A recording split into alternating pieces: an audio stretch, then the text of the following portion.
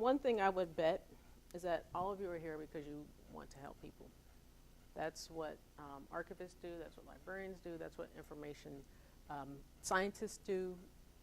We help people. That's why we're here.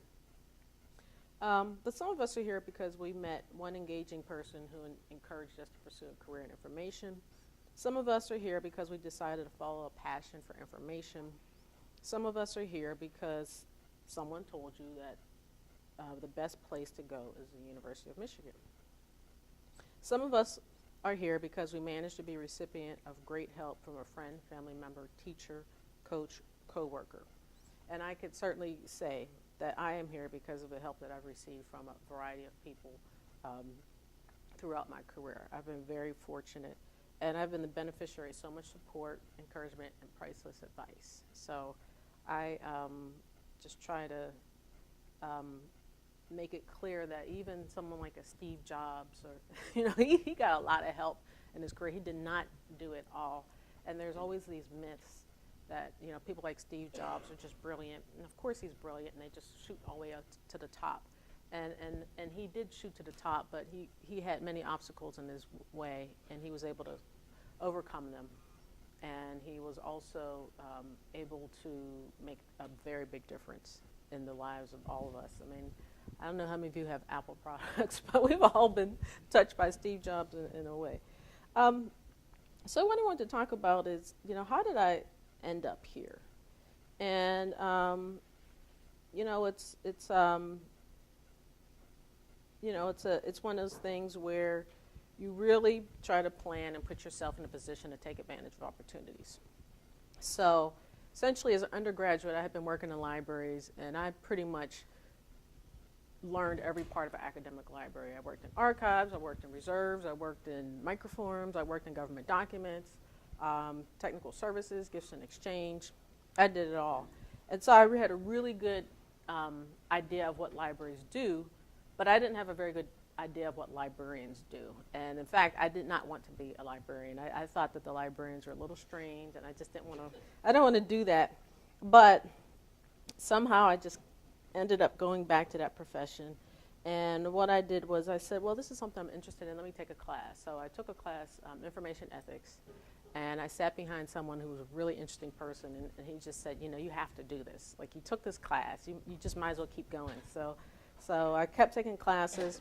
And then I was a recipient of a fellowship that the University of Pittsburgh had, where you got a scholarship to attend the program, and you had to work 20 hours a week in the library. And then when you graduated, you also were expected to work for a year in the area of your choice. So it was unique because at that time, you either had a residency where you could go somewhere and work for a couple of years, or you got the scholarship. And so the University of Pittsburgh, I think Rutgers was also the same, where they actually put both together. So I took advantage of that, and that was a collaboration between the library system and the School of Information. So Tony Carbo, the Dean of Information at Pitt, and then Rush Miller, the Dean of Libraries, got together and they figured this out. So, and from what I understand, at least 10, maybe 13 professionals have gone through that program. And I think it's been since discontinued, but I think it's a wonderful program, and I'm extremely grateful for that opportunity that I had. So in the title, I use the word wayfinding because I think it really is more accurate to the things that we do. A job search, that's cheap. It's like it's not like searching for keys or you search for your drive. I mean, it's just, job search is a full-time, engaging activity. And I think it's more like wayfinding. And so that's why I use that term. But wayfinding is a term that urban planner Kevin Lynch borrowed for his 1960 book, Image of the City, where he defined wayfinding as a consistent use and organization of definite sensory cues from the external environment. Wayfinding encompasses all the ways in which people orient themselves in physical space and navigate from place to place. Signs, maps, and other graphic or audible methods are often used to convey location and direction to travelers. From the time you enter graduate school, you begin engaging in big-time wayfinding. It's known as coursework, and it's known as a job search. Now, the best part of the wayfinding process is you always learn a lot about yourself. I mean, when you're taking these courses, you're doing what these faculty ask you to do, you learn a lot about yourself. And when you engage in a job search, you really start to learn a lot about yourself. So what I want to talk about is desirable skills. And as an administrator, I've had the opportunity to hire dozens of people, some of them programmers, but also librarians and things of that nature. And I often get the question, what are the skills that I need to have? You know, or what courses should I be taking? And one thing that I think is just universal, no matter the field, the profession, the skill level, the experience, what we're constantly and consistently looking for is enthusiasm. No one wants to hire someone who's boring and someone who just sits there. I mean, it's just not appealing. And it doesn't have to be that like fake over-the-top enthusiasm. It has to be a sincere, authentic interest and a desire to be at your institution. The second one, I would say, is exceptional communication and interpersonal skills.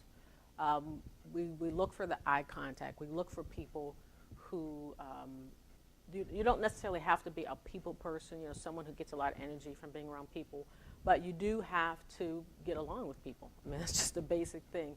If you're a jerk, nobody wants to work with a jerk. Even if you're competent, people don't want to work with jerks. People would rather work with incompetent, nice people. I mean, that's just the way it is. And so the third thing I would mention is Moxie. And I think that's a term that people don't always use because, you know, Moxie is defined as the ability to face difficulty with spirit and courage. And so for me, you know, I look for sparkle or edge. You know, I want someone who's going to go out and get things, be proactive, and not sit back and wait to be told what to do. And so Moxie, I think, is really important. And then I would also put problem-solving skills. Now, during interviews, you're more likely to be asked specific questions to ascertain your ability to solve problems. And I think that's critical. And then finally, the knowledge of the institution is really important. Do your homework, go to the website, study your interviewers, study the institution. For me, you know, I'm an academic library administrator. When I came here, you know, I felt it important to understand the enrollment, the tuition, the faculty. I was all over that website. I mean, for weeks, I just studied the website. I studied the search committee. I studied all those different factors because I wanted to be prepared. At the same time, I also had to be very comfortable talking about the institution that I was at the University of Nebraska in Lincoln. So I also had to be able to compare the enrollment and tuition and the faculty and the strengths of the university at the University of Nebraska, and I compared that to the University of Michigan. So I think that people underestimate that preparation and that you have to demonstrate to the people who are interviewing you that you did your homework. It becomes quite apparent when people do their homework. So once you enter your career, you have to begin honing your skills. And the wayfinding never goes away. It just keeps going and it keeps going. And you know, I was told when I came here that, oh, if you want to learn at the University of Michigan, you need 5 years. And I was just like, you know, I don't have 5 years, and I think I could do it in less time. But the more complicated an organization, the longer it takes for the wayfinding process. And at first, it's just simply exhausting. You know, I was just talking to, I don't know if it was Ron or something, I was talking about, you know, when I first came here, just finding how to get to this building and then getting lost in this building, you know, and then not being able to call the person I'm visiting because there's no, you know, it was just a nightmare. I was like 15 minutes late. And I haven't fallen down that trap again. You know, before I come here, I give myself plenty of time because this quad, the North Quad is just, you know. Yeah, it takes 5 years. So, yeah. So, but if I might back up. So I went through the 2-year program at the University of Pittsburgh, and so my first position was a Latin American cataloger and a digital research librarian. So I knew I wanted to do metadata, and I figured I needed to understand both areas. I need to understand the traditional, and then I need to understand the the non-traditional, the emerging metadata. Metadata was very big in the late 90s and 2000. That was just what everybody talked about. So, I did that for about 9 months, and then there was a position at the University of Cornell, and the thing I didn't know was that Cornell was kind of like the home of metadata librarianship. You had Albert Mann Library, which is the best agricultural library in the world, probably next to the National Ag Library. And they were doing some of the most fascinating work. And so I ended up there completely by accident, and I was able to present a lot of the work that I did in my position as a Latin American cataloger and digital research librarian. So I was very fortunate, and one of the things that I have been very good at is the whole networking. And networking to me is completely linked to wayfinding. And your first network will be everyone in this room, everyone in this program. That's your peer network, and that's a network that you need to embrace and cultivate, because you'll run across each other again. I guarantee it. It's amazing how many people I've run across from library school, and I went to library school back in 98, 99.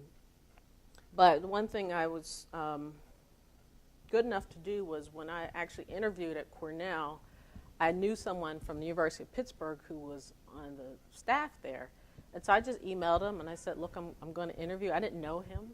And he showed up to my presentation. And we've been friends ever since. I mean, he and his wife took me under their wing. And it was just one of those things where it just happened to work out. Now, it could have been really bad, and he could have ignored the email or something like that. But it didn't happen that way. So that's a network of alums that I always tap to this day. When I came here, I went to Pitt Alumni Association. I looked up all the people from Pittsburgh or people who went to Pitt, and it's just a really important network that I have. Now, there's networks and then there's networks. I mean, you all have Facebook friends, you have Twitter followers and things like that. That's like a quasi-network, because, you may know the person, you may not, you might have mutual friends and things like that. And that's not really the network I'm talking about. I'm talking about a network of people that you serve. You have to serve the network. So let me back up. You have to serve the network. So having a network of people that you don't know and you never touch base with, that's not very useful.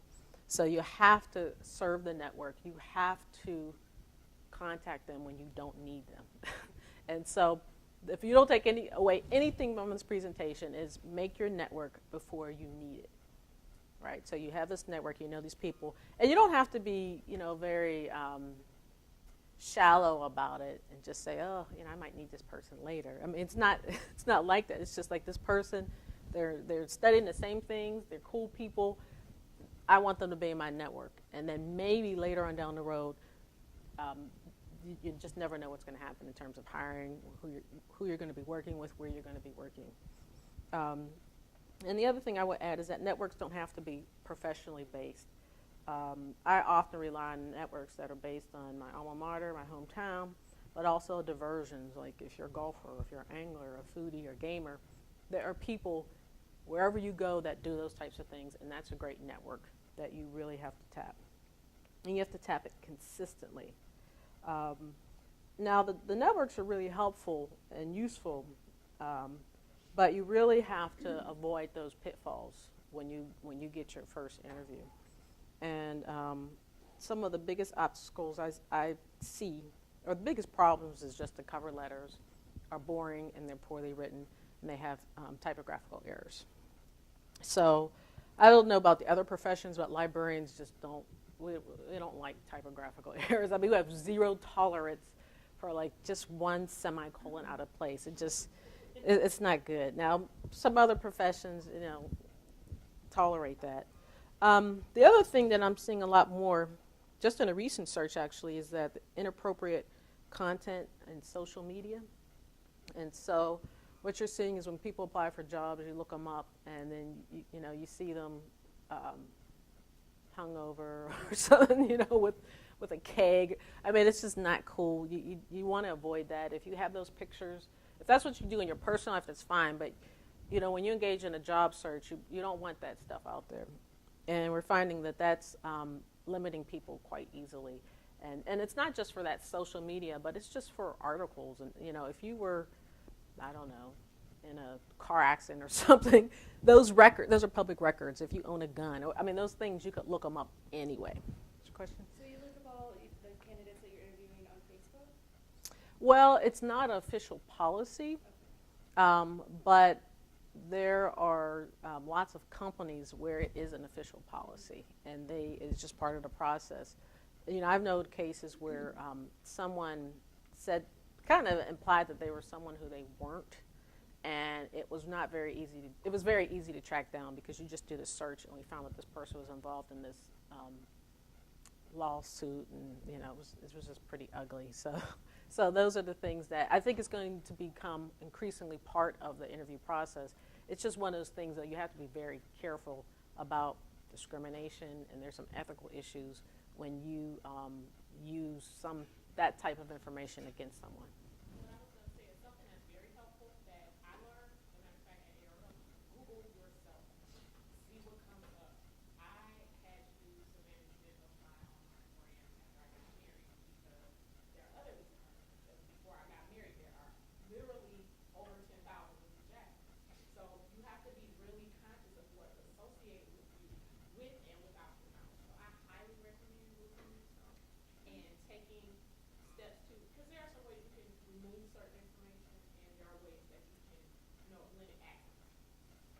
Yeah, I actually have a Google search that's saved. So whenever someone types in my name, I know and I get an email and it lets me know that my name has been searched. And it was really funny when I first got here. I was just getting hit because people were typing my name in Nebraska, and that was pretty much tied to the announcement that came out when I agreed to join. Yeah. Okay.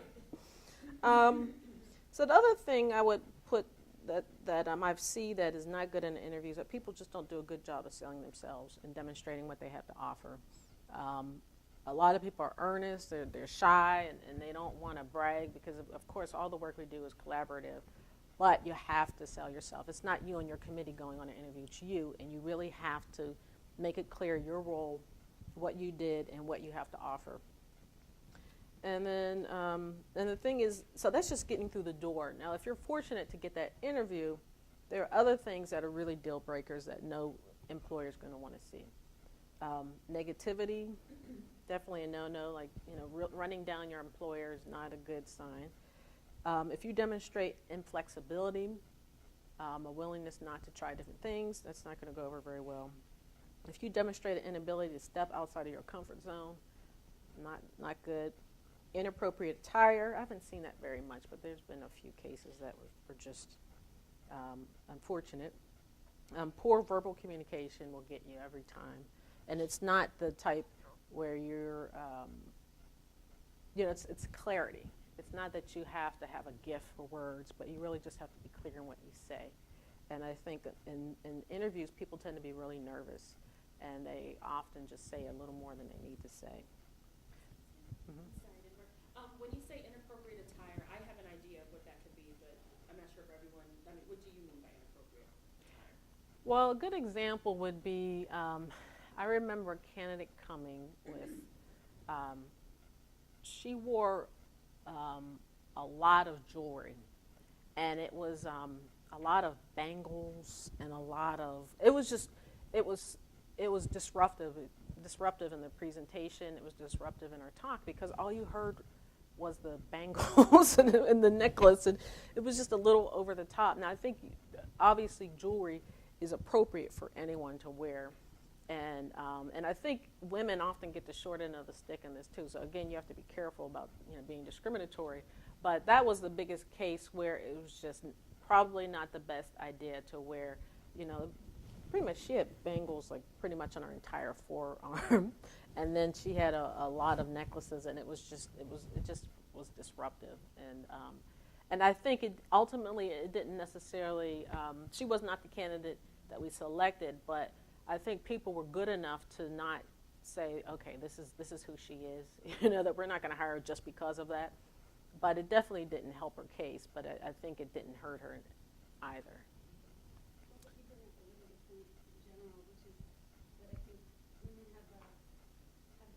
Challenge where our clothing, what is appropriate for men. Can very easily go in with a jacket, suit jacket and tie, button-down shirt, and nice slacks. It just doesn't matter. Like, he's always dressed for the occasion. We don't have that same sort of uniform, and so I know that in my own case, like I just generally try to just keep it business casual, no matter what company Right. it is that I'm applying to. The only case I've heard about a man is that this person actually wore like it's kind of like sweatpants material for. Yeah, so this is true.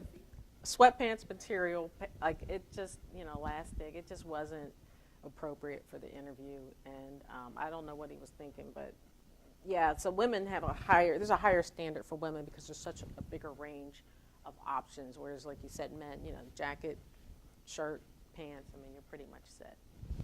I actually recall one time when way back in the days of technical writing, I helped interview for a position working with me, and one of our interviewees specifically didn't, her interview grade got significantly lowered because she came in wearing just like a plain white t-shirt and jeans, and just based on that alone, we talked about it considerably. We didn't want to just base it off of that, but it was one of those situations where we said, well, how is she going to consider this position and work here if she doesn't even consider the interview valuable enough to dress up for? And that kind of just pushed her out of the interview pool in and of itself. Mm-hmm. So it was really disappointing, but it kind of reflects a lot too. Mhm. How we look here that we can make a big impression. Yeah, that's a good point. I mean, the tolerance that different communities and disciplines have varies. I mean, if you're interviewing at Pixar or Google, I mean, they wear Hawaii shirts, and Birkenstocks. But if you come to a university setting, you come to some companies, garment, it's definitely not tolerated. Well, I was going to say that kind of ties into what you were saying before. You need to do your research. Because if you do your research and you go on the Mhm. website or you're, looking through industry things, you're going to see how these people dress.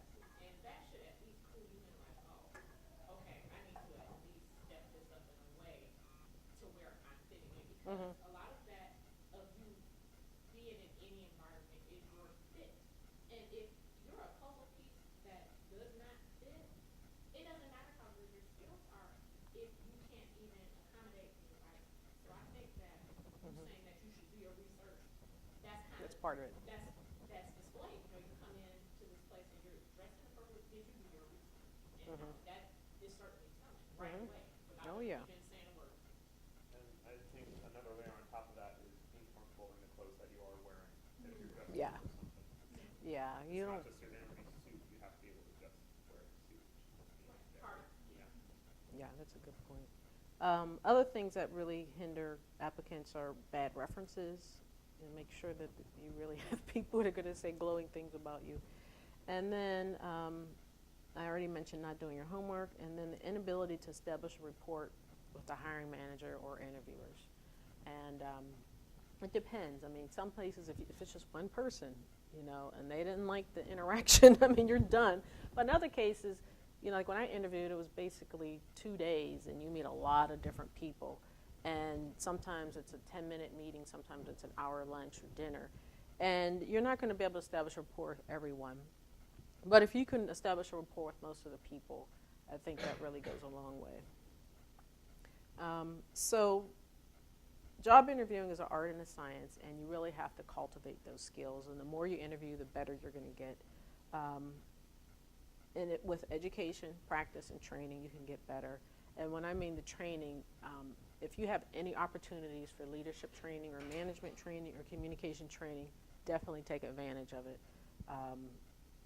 And if your employer offers those programs, it doesn't matter if you're in a position to manage, you should take advantage of those programs because they have helped me immensely. And it's not like, a lot of people say, oh, well, leaders aren't born. Well, all of us have some leadership capabilities. It's just whether or not you want to invest the time to bring them out and cultivate them. That's really the question. So one thing I want to talk about is skill building. And as I had Lisa had mentioned, I spent 8 years at Cornell University, and just about the time I was getting a little burned out, a friend of mine sent an advertisement talking about a leadership program that was sponsored by the Association of Research Libraries that was specifically designed for people from underrepresented groups. And so it was a great program. There were 20 librarians and archivists that were part of this, and we were from Duke, Texas A&M, UCLA, University of Washington. I mean, really outstanding institutions.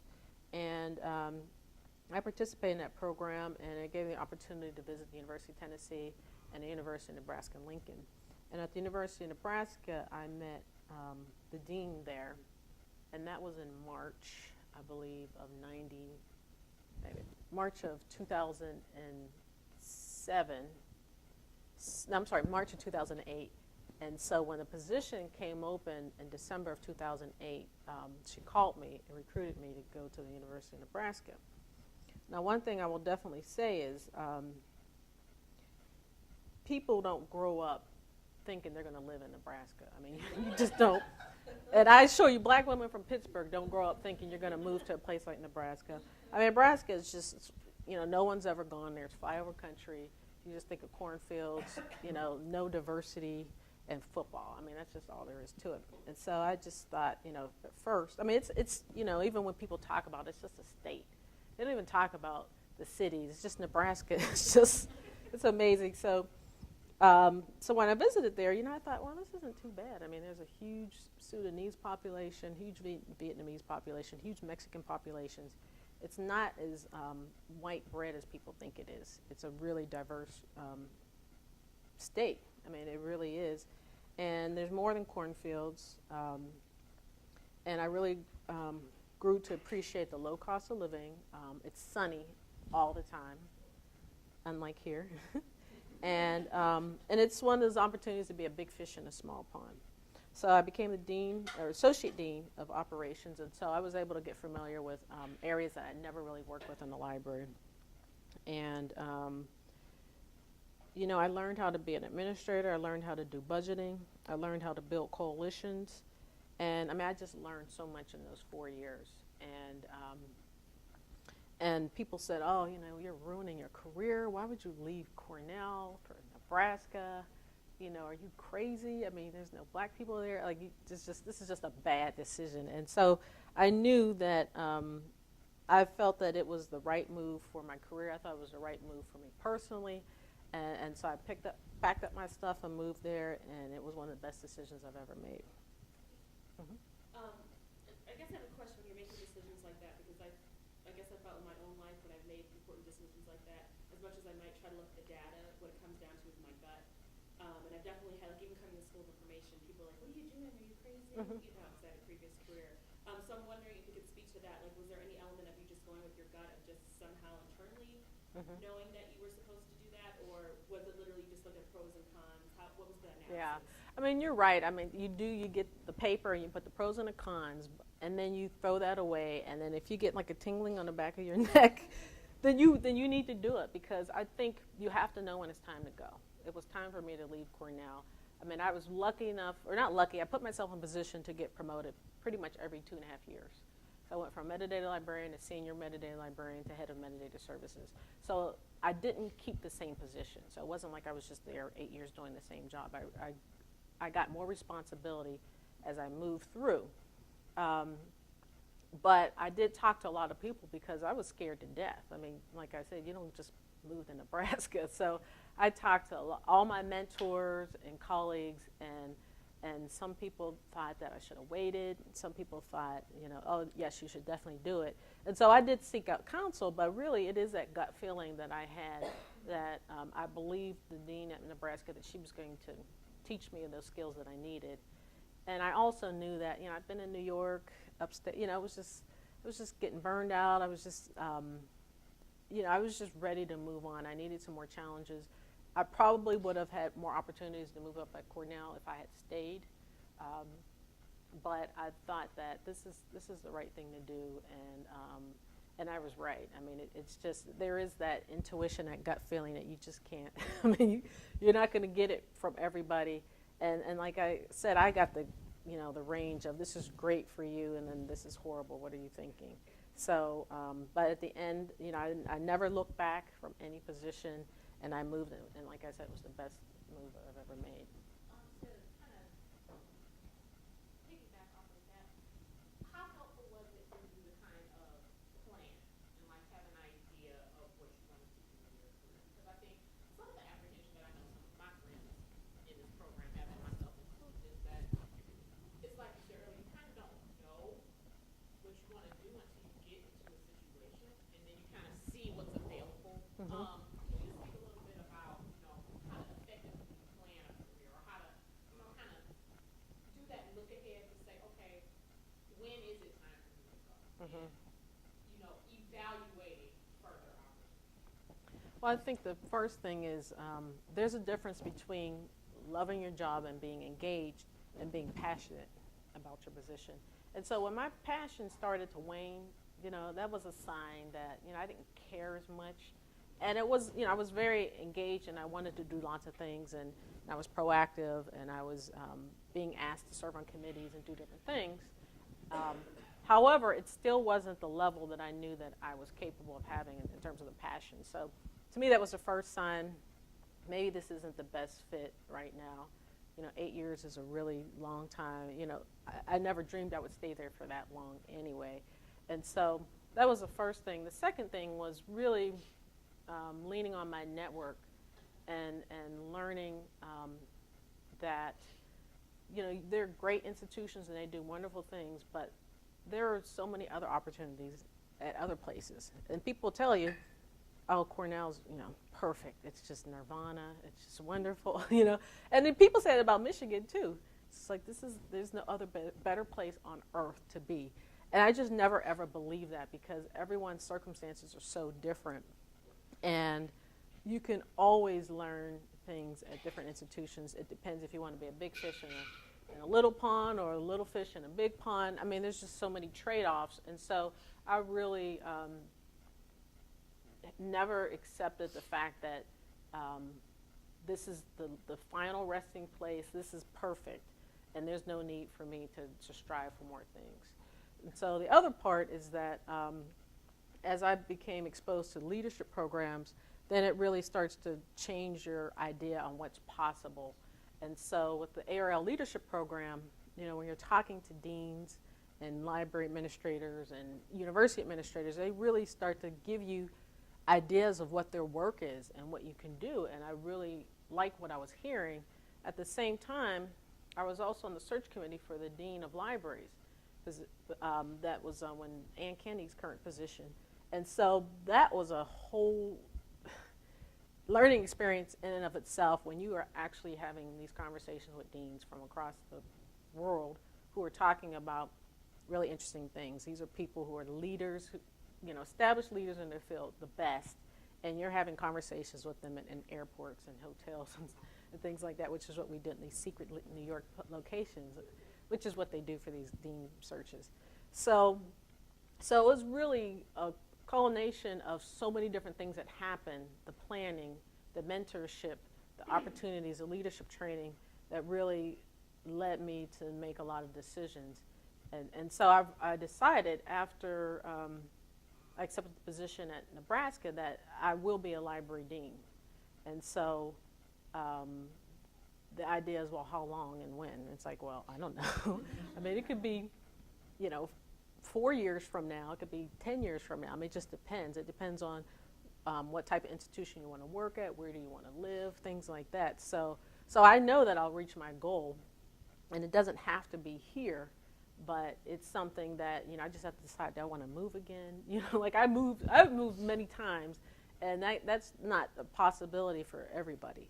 And there are definite ways to have an engaging career where you can move forward at the same institution. I mean, I've seen that from some of my colleagues at Michigan who have started off doing special projects, and they're AULs right now.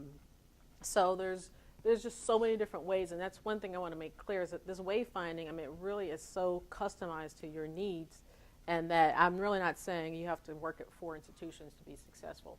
I think it's really helpful because I have a huge network I mean, I have the Cornell Network, I have the Pitt Network, I have Nebraska Network, and now I have a Michigan Network.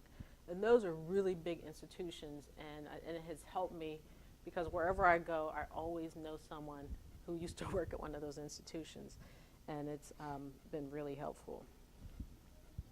Mm-hmm. Seeing as a lot of us are eventually going to be doing kind of like the position hopping from one place to another and probably going to different states, how do you kind of let go and get over that, I guess, initial hesitation to move around? Because I know that, at least for me, the idea of leaving home and possibly going to like 4 different states to find my way Mm-hmm. is very intimidating.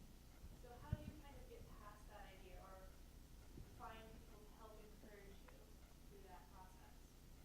Yeah, I think well, first of all, it is scary. I mean, that's a fact. When you decide that you want to leave a state or leave what you've been doing for a few years and try something completely different, that's a very scary process.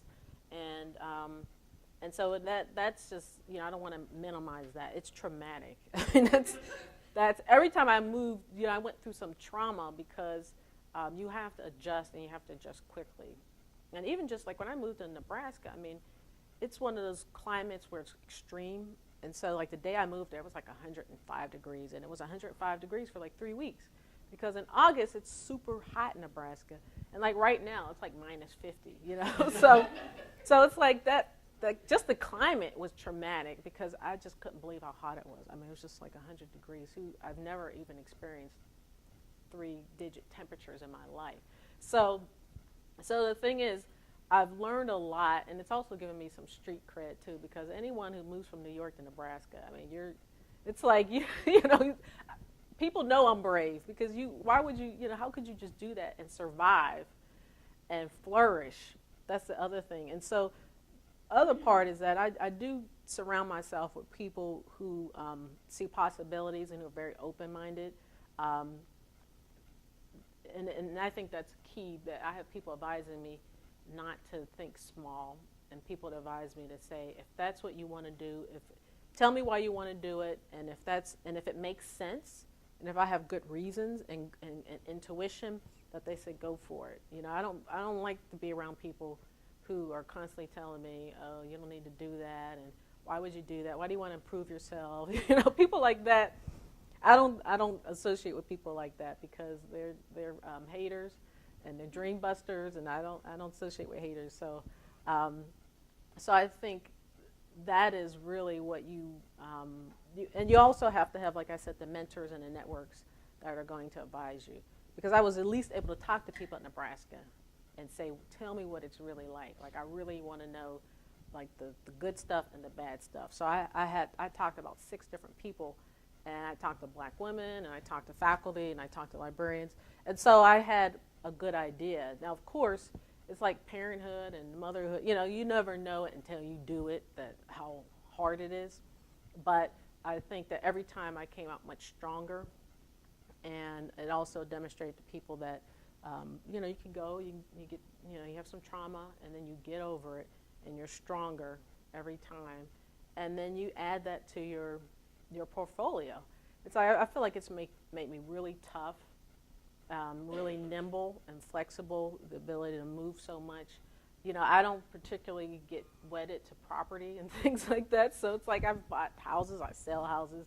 Some people say, oh, you buy a house, you're here to stay. It's like, no, if you buy a house, you could sell it. It's not, I buy houses, I fix them up, and I sell it. So, that's part of my personality, is that I'm just more of a minimalist. I don't acquire a lot of stuff. So for me to move, it's not that big of a deal because I don't have, a 3-car garage full of stuff as well as a house full. I don't do that. I mean, I just live light, and I travel light, and that's just more my personal philosophy. And I think for some people who have more stuff and they have more of a connection to their stuff, it is much more difficult. Just the logistics of moving makes it really difficult to make a change in your career. Because obviously, if you want to move, it opens you up to more opportunities. I mean, that's just a fact of the matter. Okay. So I wanted to, Lisa, how much more time do I have? We are at 12 minutes. Okay.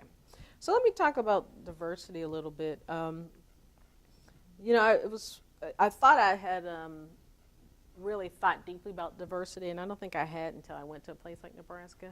I mean, really, it's a test, and it really forces you to think about yourself, and I think in a very broad definition of diversity. So you think of the gender, the age, sexual orientation, ethnicity, and linguistics. I mean, there's just so many different dimensions of diversity. And in a place like Nebraska, you know, people zero in on the racial diversity. And that really wasn't an issue whatsoever. Because like I said, you know, when you go on campus, there were so many groups of Sudanese and Vietnamese and African. I mean, there's all kinds of people there. But one thing I did find was that people would always remark on my age and ask me how old I was and stuff like that. It's just like, you know, that's not remarkable to me. But, you know, it was one of those things where, you know, that's what I heard over and over and over. And I think that that's one of those things that you just have to get over and just say, people are going to remark on it. You know, I would rather people focus on the work that I do and my accomplishments and the things I've earned. But people, when you are not in a privileged position, you often will have people talk about your attributes and things like that. And that's the way it's been, and it's not something I've really focused on, but I do focus on what I can do for others, and what I can do in my career, and how I can be really effective, and how I can make a difference and matter in my institution. So one thing that's been important is just, you know, your presence is really important. That it sends a message to new people who want to come on board when they see someone like me at a job. It says a lot without doing anything. I mean, just being there just really is important, and I think that people underestimate that. And so, yeah, I could be at a place, I could be in charge of the diversity committee, I could be doing this and that and this and that. But the fact of the matter is I have to be a great manager and a great leader, and I have to really focus on that. And if I have to mentor every underrepresented student at the university or thing, you know, that's going to take away from me in some ways. And I think that's the problem in lots of institutions, where if you're the only one, then you're expected to do all the diversity work. And I think I've always tried to say, well, diversity really is something that we all own, and it's not something that I just carry on my back, and I'm the poster child for it, and I'm just going to fight for it. What I do is I find people that I can help, people that I can mentor, and that's, I think, really important, and I think that is a part of diversity. I think that many of you, you know, you'll be the only one, you know, and it's just the way it is. You'll be the only woman, you know, or you'll be the only person who speaks Chinese, or you'll be the only person that speaks Spanish, or, you know, it's just, or you'll be the only person under 40, or the only person over 50. I mean, it's just one of those things that I don't even think about. It's just I come in, I'm focused, I do my work, and I try to help people when I can.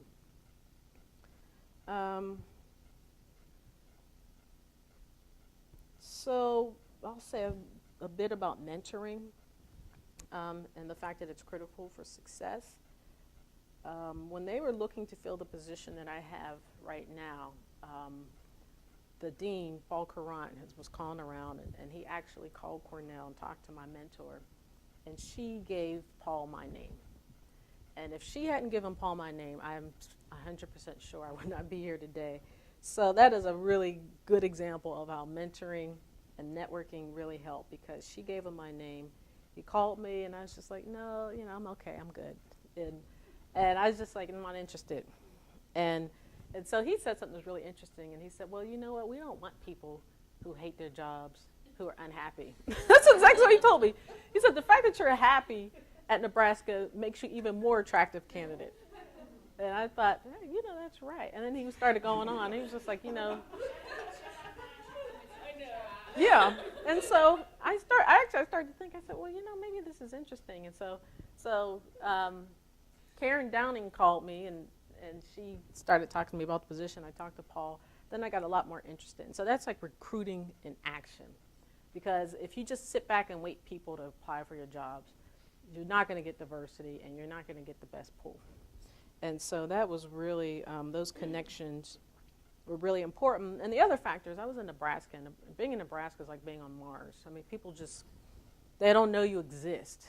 I mean, it's amazing. Nebraska has like one of the best digital humanity programs in the world, and nobody knows it because it's Nebraska, you know, because it's just off the map. So that I was really grateful for that mentoring opportunity and how it led me here. And then finally, I wanted to talk about leadership. I mean, I've talked about it a little bit, but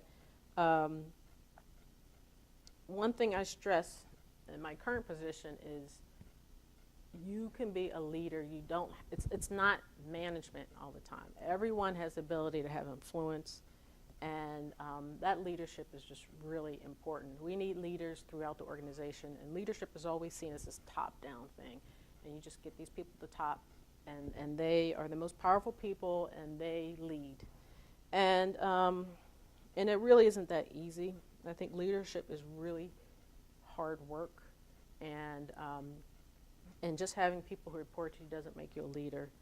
And I think when I think a difference between leadership and management, I mean, management focuses on process, transactions, how to get stuff done, how to do things in the right way. And leadership is more about people, inspiring people, motivating people, and doing the right thing. So there's a big difference, and I think people often mix them up. And I think that once you understand the difference and you begin to cultivating those skills for leadership, you begin cultivating accountability, the ability to coach and motivate people. The biggest one, I think, is optimism and hopefulness. No one wants to follow someone who says, you know, come on, follow me, we're going to fail. You know, we're going to be hugely unsuccessful, and we're not going to be effective. No one wants to follow anybody like that. People want to follow optimistic people who are positive. And I think that's one of the most important things I've learned as a leader is how important that is. The other thing is perseverance. And then, you know, people tell you no, no, no, no, and then like the 8th time someone says yes. Clear communication is really, that's the thing I struggle with the most because, you know, I think my message is quite clear. And then when I talk to people, they say, we have no idea what you're talking about, Elaine. So clear communication, leading by example. You know, I can't, you know, if I attend every meeting 10 minutes late, there's no way I can expect people to come to my meetings on time. And then there's the whole art of delegation. Not just dumping things, but actually finding the right people to do the right jobs. That's something that really took me some time to learn. And then there's the authenticity and sincerity. If I'm saying things and my staff don't believe that I believe it, that's a really big problem. So, some of the things I've done to cultivate that is I've read books. Reframing Organizations by Bowman and Deal has been a really helpful book for me because it's taught me how to think about the workplace from different perspectives. I've also had the training, Crucial Conversations training. I've gone to the Harvard Institute for Leadership. There's so many opportunities out there. There's at least about a dozen different institutes that you can attend if you're interested in higher education. And then you watch and you listen. The higher up you go in an organization, the more you have to shut your mouth and listen. And that's something that I'm learning too because listening is really powerful. And you really, I've seen so many examples of just sitting there and listening and not saying anything is far more powerful than telling people your opinion. So to conclude, wayfinding your way through your coursework, employment, and then the career is a reflective process that takes time and energy. With hard work and a strong network, you can find that career that is not only engaging and interesting to you, but something that you are passionate about. Engage your peers and other types of mentors. You don't have to be a manager or administrator or senior staff person to be a mentor or to be a leader. In my particular situation, my wayfinding led me to 4 different universities. There are many examples of relatively painless wayfinding within one institution. And I've seen many examples of that here at the University of Michigan.